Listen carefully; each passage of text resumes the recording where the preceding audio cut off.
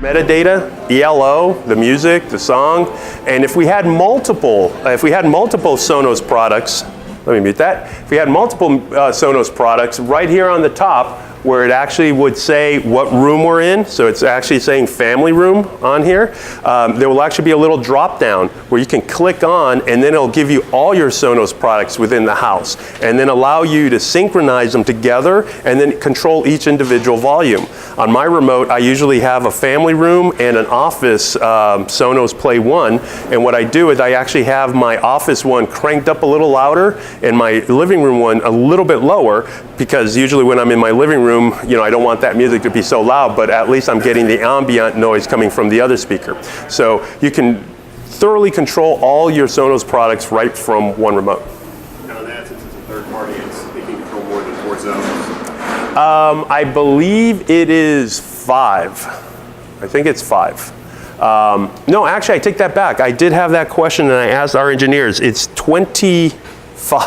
Basically, it's the limit of the Sonos. Yeah, it's a limit of Sonos, which is 25. Now, if you know Sonos, I do not know about the Connect feature. I have not played with that, so I don't know. Or I can get you to an engineer who can give you a little bit more detail on that, but I'm not that thorough on that product. I do know the speaker product itself. So now, as far as Yamaha and Bose, we can control those as long as it's IR capable. We can raise the volume, change the volume, or raise it and lower the volume, change the input. We can do all the basic features to it, but we can't stream like I think it's MusicCast. We don't have the metadata for that. Will it be on the roadmap? We picked Sonos currently to be our lead, but that can always change. We may be adding more capabilities down the line, but for now, Sonos is our lead. As far as Nuvo, I know we're pushing for Nuvo because there's a lot of companies there's a lot of distribution out there on that product. So, and we know that you guys do a lot of it, so we're trying to get that one also loaded onto the to-do list. But as you know, we're behind. Right now, we're an entertainment remote control, and we're going to be adding the other pillars. But and we like to call the different segments in home automation pillars. So right now we have the entertainment one locked down. That's the one that we said, should we go after security first? Well, not everybody has security systems. Do we go after lighting? Well, not everybody wants to have control of their lights.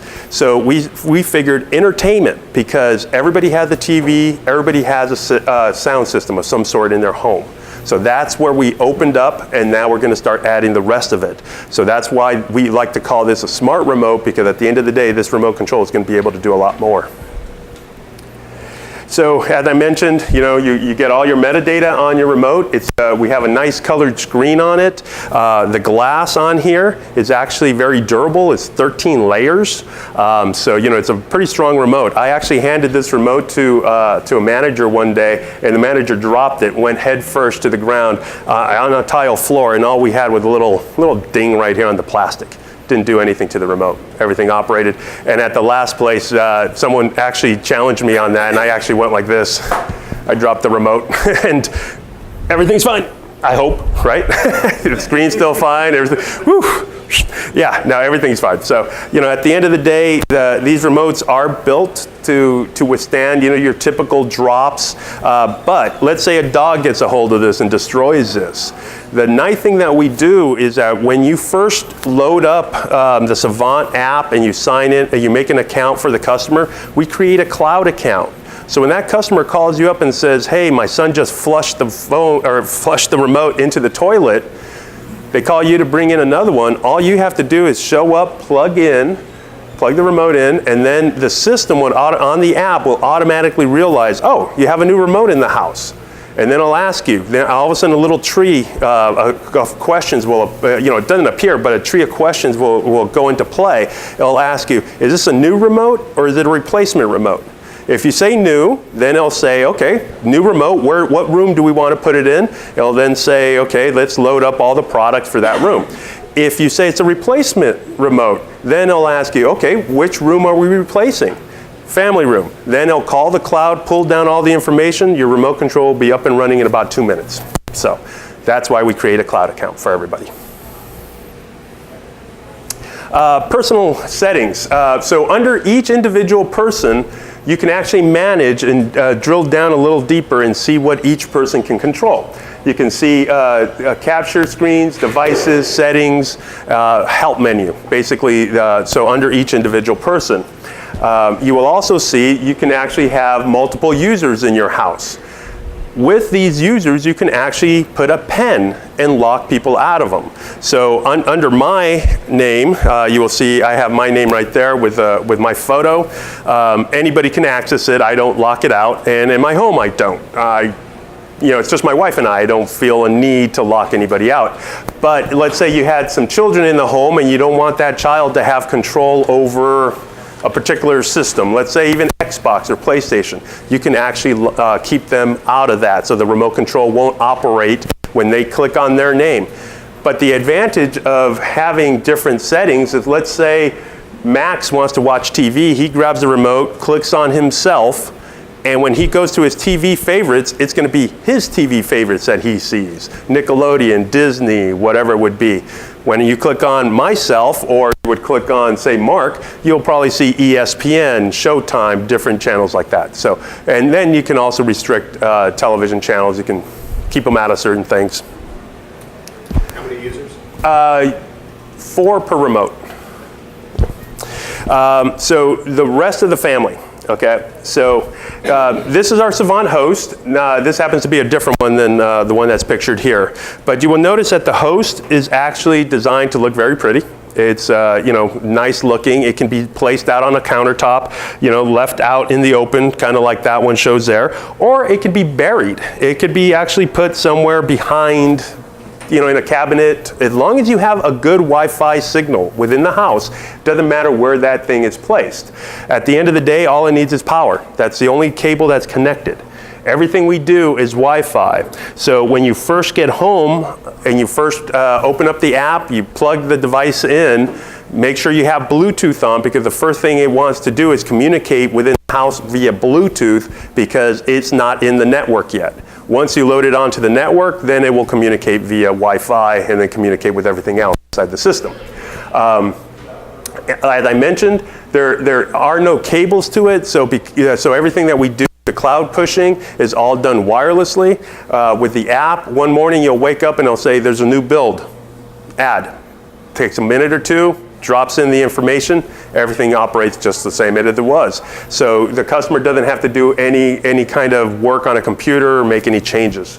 And as I mentioned, it supports up to 4 remote controls. The IR blaster, which by the way, we're giving away today for free. You have the little ad sheets sitting on your on the tables there. This is our IR blaster. It's wireless, operates on 2 AAA batteries. This guy has 360-degree IR blasting, and we also have 3 on top. So basically, it creates a nice little bubble. So it doesn't matter where it's placed, as long as it's within 30 feet of your products, and then it can control those devices. I personally use this to operate my home system. The reason for that is that my remote sits in the middle of a sofa that runs this way and a love seat that runs this way. It sits right about here. But the problem is that I have lazy boys, which have big armrests. So these big armrests block the view of the television, which is at probably about a 45-degree angle from where this sits. So it does not have line of sight to the television or the system that's underneath it. So what I did was took this guy and placed it here. Even though my angle now was cut down to maybe 10 degrees, I can still hit my television and all my components down below. And we're talking my TV being about up here and my components being on the floor. So it sends out a nice big swath of information, and then it sends it out, again, 360 degrees and also up. Now, this guy also, one thing to note is that it talks via Bluetooth, okay? So what happens, so the remote hits the base, then the base, so you assign which products you want this. So in the case of, like say in my bedroom, this guy operates a cable box where this operates a television. So you can assign which products this will send, but what it'll do is it will then go from the remote to the base to the blaster, and then the blaster to the products, okay? So you can see the communication path, and again, I will show you a little sheet on how that all actually all operates, but these devices speak multiple language, okay? So that's the IR blaster, and we can support multiple of these guys per remote. Now, mind you, then the next question is, well, how many of these guys can you control? I believe it is 4 or 5 per remote. Now, at the end of the day, when you think about middle America again, the average Joe, the average family, you're looking at how many components. Myself, I have 5 in my family room. So, at the end of the day, this is more than enough to control everything. So, or the base is more than enough. As long as I had line of sight, I wouldn't need this guy at all. So, so this can do it, or you can use this one if in case you had maybe some components buried off to a different side. But it would all have to be within one room. And you said they're addressable, right? So you can address which units, it sends signals to which device. Correct. So if they're not getting multiple from. Correct. So if I had this right here and I had that one right there, I could actually say, I want you to control the TV, I want you to control the Apple TV. Even though they're all right here, this will not send out a signal to the Apple TV because it knows to send it to this guy, and this guy then will send it to the Apple TV. So yes, you can address them, and you do that during the setup. Once you load the IR blaster in, then every time you add a new product, it will actually ask you, which one do you want it to control? The family room remote or the blaster? And then you tell it. Just thinking in terms of projector, how that application will work. Is that, if you've got that out, then you can use the base to work the projector, and then the other can work. We do not support projectors, unfortunately, on this particular product. Now, I will take a step back and also say, if you look through the app list of codes, you will actually find some JVC projectors, you will find some in-focus projectors, you will find some projectors that are actually in the system, but we will tell you we don't support projectors, okay? Yes, on this particular product, we don't support projectors, but like I said, I had a guy who actually, he goes, I know the code, he goes, I know the product itself, it's a JVC, blah, blah, blah. I entered it, sure enough, the code popped up. So. But you can't learn yet. Not yet, but that is going to be available. So what will happen is once we get the new software loaded, what you would do is you would take your other remote, this one for example, you would tell it, which button this base will learn, and then put it into the host, which then will get it into the remote control. So what's the actual path from the remote to the IR blaster? Is that all Bluetooth and codes to the blaster? Yeah, so to the blaster, it's Bluetooth. So I'm communicating to that via Bluetooth. And then that will communicate to the devices via IR. Now, when I'm away from home and I'm using my app is going to talk to the host, okay, via Wi-Fi or cellular or wherever I'm at. It will talk to the host. Then the host will send the information to the base, which then will send it to the devices. So that way, when I'm away from home, if let's say I left my lights on, which I have currently on, I go into my SAVANT app. SAVANT will pop up. I come over here. We have a couple of things that we can actually do. You can, from the app, when I'm away from home, and I'll put this up in a little bit, but what you can do at any time, you can see right here, I actually have music still playing in. Sonos is actually on, I just had muted it. So I could actually just touch Sonos right there, hit the play, take the pause off there, hit play. So I have full control over it. I could be outside of the house and just turn it on for the heck of it. Or if I wanted to, I could just click and hold, and you get some quick commands, and I can just hit power, and off Sonos will go. So at any time, if I'm away from the house and I see, oh, I left the light on, I can quick hold the button right there, hit power, and the light will go off. Here's what I'm imagining. If I have this remote, the base talks to the IR blaster. Yes. Okay. So if I needed to, I could effectively put that blaster in front of the conventional IR repeater and send it to the next room where the equipment is. Theoretically, I guess you could. I'm not an AV guy. I've heard of some guys already trying to monkey this thing. They've already told they said, oh well, this is a wireless IR blaster. Where'd I put it? Yeah. It's a wireless IR blaster. And the guy goes, he goes, we can plop the cap off, take off one of the little bulbs, solder a wire on there, and then connect it right in there and hardwire it. And I said, we don't support that, and you just invalidated the warranty. And he goes, yeah, I know, but we can do it. Hey, that's, that's not what we do, and I don't say that, but yes. There's a certain amount of reliability that comes along with that, and if that product had a little 8-inch output where you could bridge out of it to do a more well, the problem is robust IR capability. Closer to 100% effectiveness to make it something we're used to. Sure. Fighting for. Right? Yes, and I understand completely, but like I said, no, and like I said, we don't support that, right. And the warranty would be. No, come on. I'm just saying yes. For a future IR blaster, having an output that you could actually set IRs on would be incredibly advantageous. Yes, and I had just started with SAVANT. I immediately started going out, doing some road shows, talking to dealers, getting information.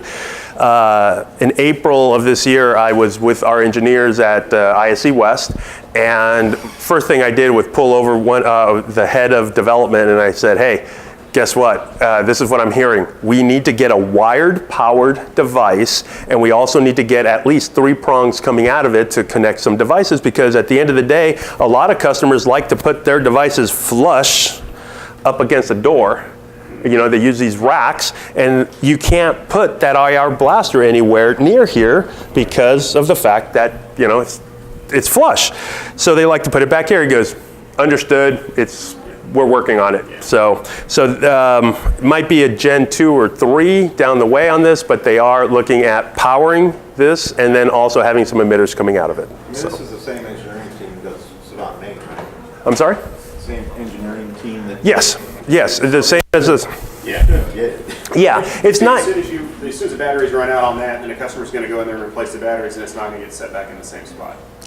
Very possible. That I know my wife actually, like I mentioned, I put mine on the end table. One day she came home and she was like going, what's that? Must be one of Lou's things, grabs it and put it in my office. She put it out in my office. I came home and I went, hey, wait a second. And then I realized, oh, the puck was gone. She had placed it in the office.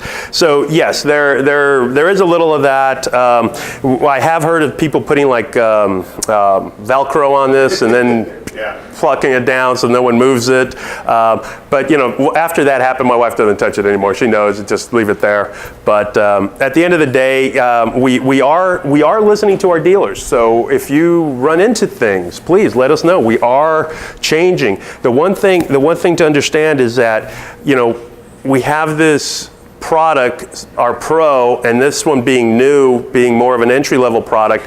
We have a big laundry list of things to add and change and keep to catch up to the URCs, to catch up to the harmonies of the world. That's bringing an interesting point though. Do they integrate with each other? No, completely 2 different softwares. Our Pro runs off a mini Mac server. Right off the bat, you're looking at 10 grand. 8 to 10 grand for this thing. That's what manages your home. We're running off this little device right here. Gotcha.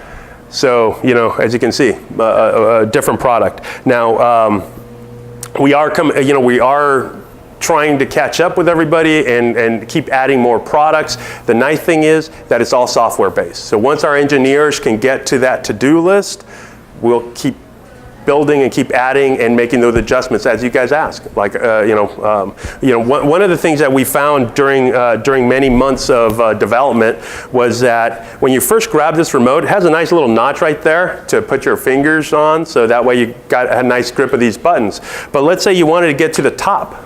It's kind of hard. Myself, I have a larger hand, so I can easily get up there. But most of the time, people will actually put another finger here and put their hand more like this to do the controls. Well, we actually had an antenna built in right here. And what was happening was people were covering the antenna and then they were going, how come this isn't working? How come? So you know, we did a lot of testing. This device flew out all over the place. Multiple people, I had some of the early models back in October.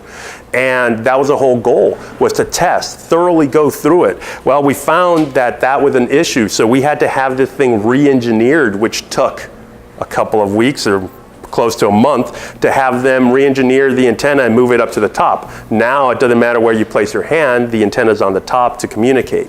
So a lot of what we did and why there was a delay on the product coming out, it was scheduled to come out before Christmas last year and it didn't come out till May, was because we are very protective of our name. SAVANT is a very powerful name out in the home automation industry, and we want to make sure we don't tread on that name, we don't tarnish it. So we wanted to make sure the software was rock solid and the device was rock solid. So this device came out, it's been doing fantastic out there. We've sold more of these remote controls than we've sold of any other remote control SAVANT has ever made. I mean, that's how fast we're developing and getting it out there. But we know we're still behind. Had we had the full suite at the time that we launched, we would be selling so many more. But we also know we wanted to make sure it was rock solid. Now that it's rock solid, now the companies are coming to us. We have companies who are coming to us all the time saying, hey, we want to get integrated. We want you guys, here's our APIs, get it loaded. We're like going, okay, we'll put you on the list. So again, we're getting there.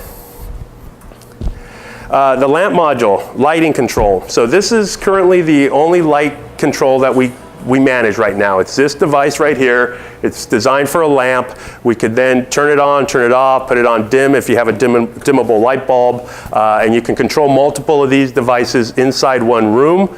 And you can also control multiple devices inside the home.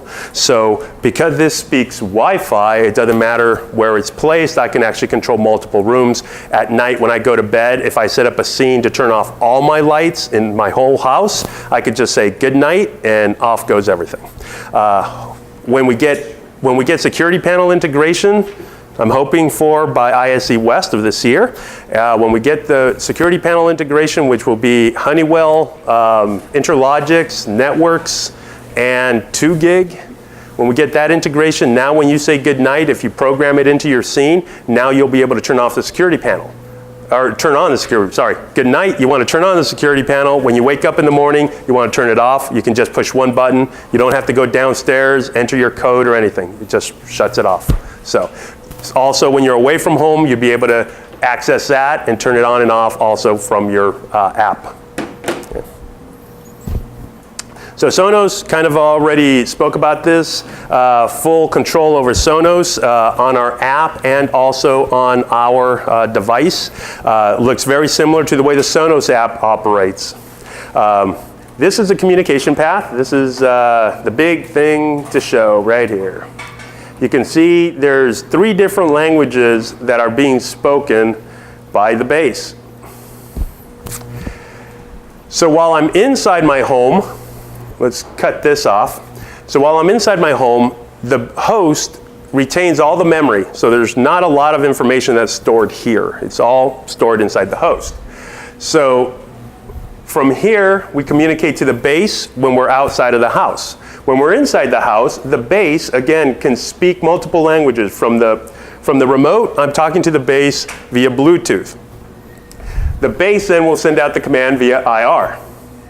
Now, when we get to the point of actually operating, say, the television via IP, which Sony, Samsung, and LG will be the first ones on the queue. That's a test question, by the way. Sony, Samsung, and LG will be the first TVs that we will control via IP. So if you have a newer TV, a smart TV, this will be erased.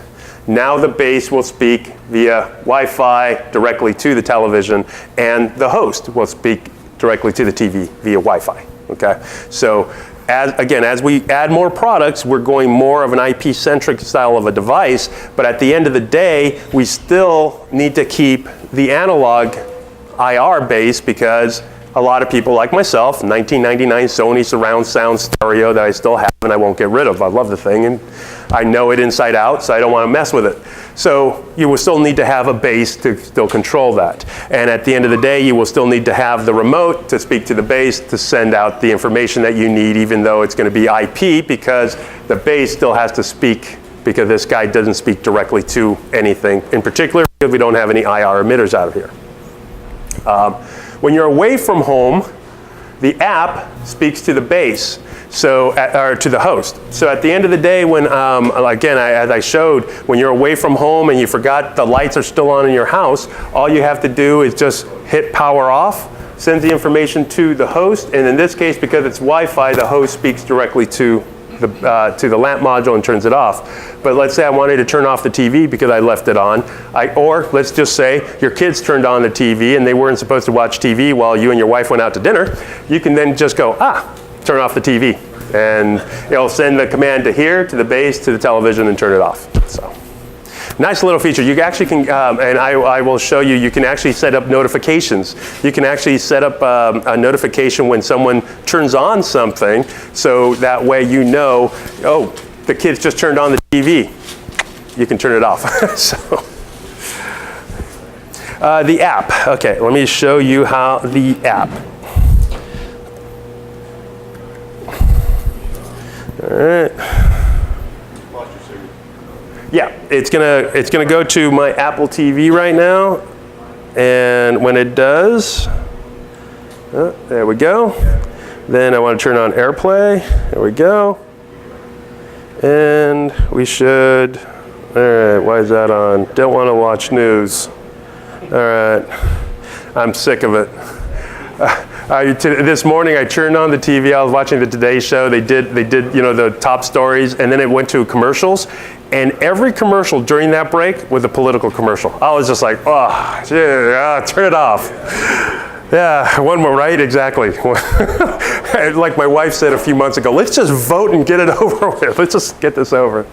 All right, so this is our app. It's a very powerful app. It was actually awarded at CEDIA, one of the better apps. I think it was last year. You can see, it's very sleek. If we actually had multiple devices, you have this little carousel down below. We can actually slide that back and forth.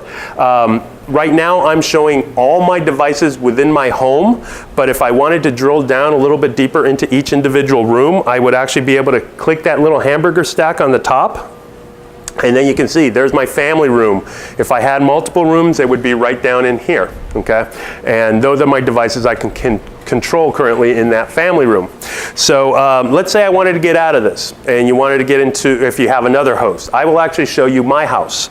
So if I clicked on here and say switch homes, it's going to call the cloud and then pull down any available homes that are listed in my account.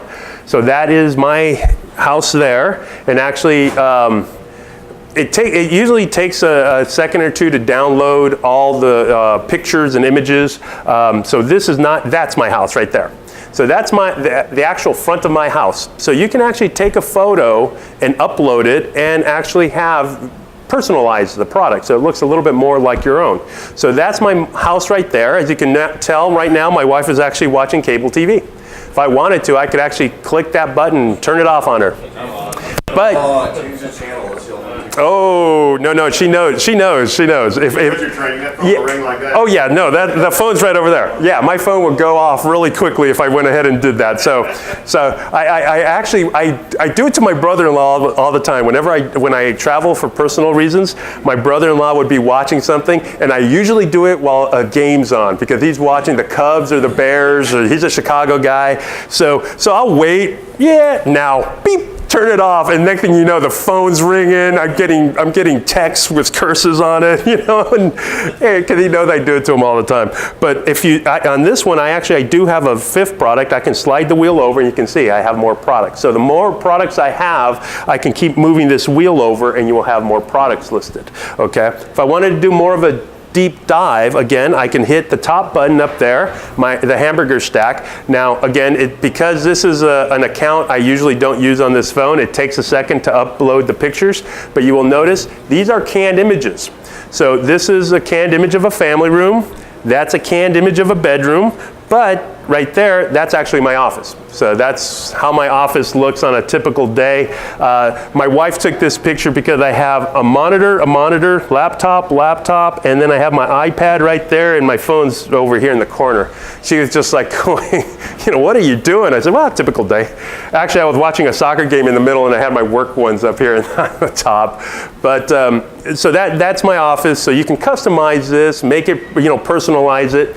Now, again, if you wanted to do a little bit more of a deep down drill into each room, yes? Yeah, just a quick question. So like you may have even said this, but with the remote access like you're doing right now, Yeah. is there a license or a charge or? Nope. It's okay. Nope.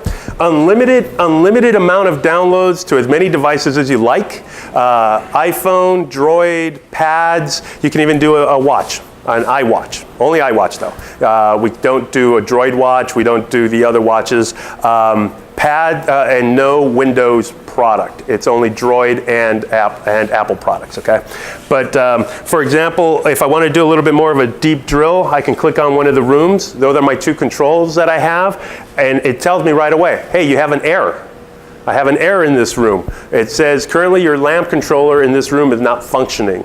Well, I actually do this intentionally. I take down certain things. So let me show you what it will look like. So right here, even though it's telling me that I have multiple issues in my home, it doesn't actually tell you where the issue is. It just says you have some problems within your home. So if I was to click on right where the issues are, you can see I have a remote down and I have a lamp module down, but my music, Sonos, is actually operating fine.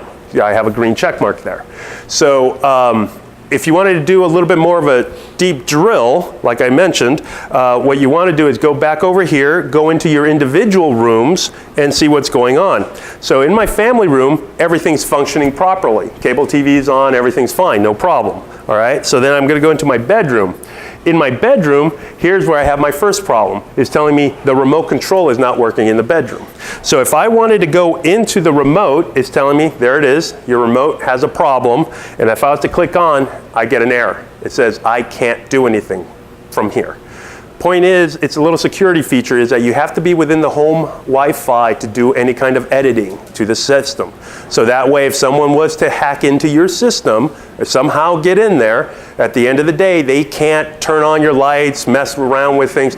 They can't delete items, they can't, because they have to be within the Wi-Fi. Okay, so right there is, well, actually you can turn on lights, you can turn things on and off, but you can't delete things out of your network or change your network. They have to be inside that Wi-Fi in order to do that. So I'll go back out here, go here. So we know we got a remote issue there, and as I mentioned down in the office, if I was to go, it's going to pop up there. I click on here, it tells me I have Sonos operating fine in my office, but the lamp module is not operating fine in the office. So again, I can't do anything there. Now also one of the things that you can't do while you're remote is you can't add a product. So if I wanted to add a new device, you would hit plus up on top and it'll tell you the same thing. You can't add while you're away from the house. All right, so I'll go back into the other one, into my demo, and from the demo I will show you what we can do. Okay, so on the demo we'll connect.